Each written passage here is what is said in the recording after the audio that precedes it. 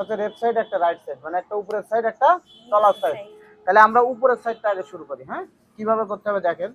এটা হচ্ছে আপনার এইখান থেকে আসবে, আগে এই বডিটা এই দিক দিয়ে ঢুকাইতে হবে। ওকে, তারপর কি করতে হবে, এখান থেকে শুরু করতে হবে।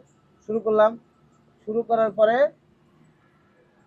এখানে 2 থেকে 3 নিডল গেলাম, একটু ব্যাক স্টিচ দিলাম। ওকে, এখন দেখেন উপরের পাটটা আগে ভাঙা যাবে না, তলার পাটটা আগে ভাঙতে হবে। এই যে তলার পাটটা আগে ভাঙলাম, ভাঙার পরে এই বডিটা বাইর করে দিলাম। ওকে, তারপরে উপরের পাটটা ভাঙলাম, উপরের পাট আর তলার পাট সমান করে ধরতে হবে, এখান থেকে সুন্দর করে আসতে হবে।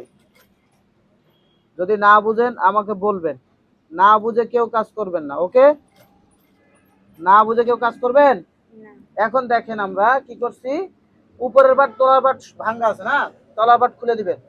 তলার পাট খুলে এই পাটের সঙ্গে সুন্দর করে মিলাইবেন। এই বুঝাইতে পারছি?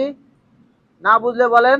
আর এটা তো ভাঙ্গাই ছিল, এই যে নাকি 2 পাট মুখোমুখি করবেন, এই পাটের ভিতরে এই পাটটা ঢুকবে। এই যে বুঝাইতে পারছি?